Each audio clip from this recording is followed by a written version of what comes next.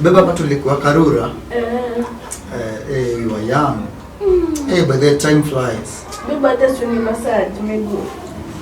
Tunataka massage miguu. Are you ready? Ngoja kidogo. Ngoja kuna kitu mtu yeye ananishow. Mtu yeye ananiambia muonyeshe message za WhatsApp. Kuna kitu anataka kuona.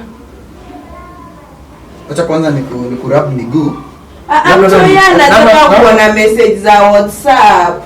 Babe, mtoto anataka kuona message. Kwani yani kuna kitu unaficha utaki mtoto wako aone? Si tunaona nimetaka nikumassage. Sasa ndio nilikuwa nasikiza mtoto nikasikia akisema nataka kuona message za daddy za WhatsApp. Kwani uko na mikono ngapi? Si kwanza imalize kumassage na nipatie message. Wacha mtoto aone message za baba yake. Wacha kwani mtoto aone message za babake hata asalimie manti zake na manko zake. Si ni vizuri basi aone message za baba. Anataka kuona message za WhatsApp. Relax, asome text nini kama ametulia, kama relax. Azisome kama ametulia.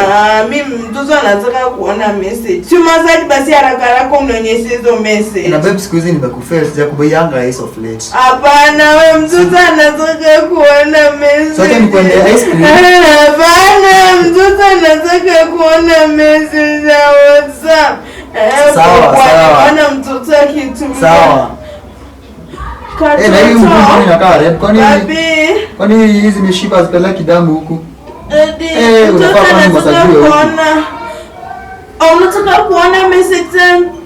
Mtoto anataka kuona anti zake na picha. Ileta WhatsApp yako aone. Anataka kuona picha anti yake? Kwa WhatsApp. Kwa WhatsApp. Sije mtumia picha kwa WhatsApp, labda kwa gala. Babe, mtoto anataka kuona. Ama tuingie Facebook yako. WhatsApp. Wacha nichukulie ice kwanza. Ice cream ya vanilla. Alafu nikuletee nikuonyeshe text dame.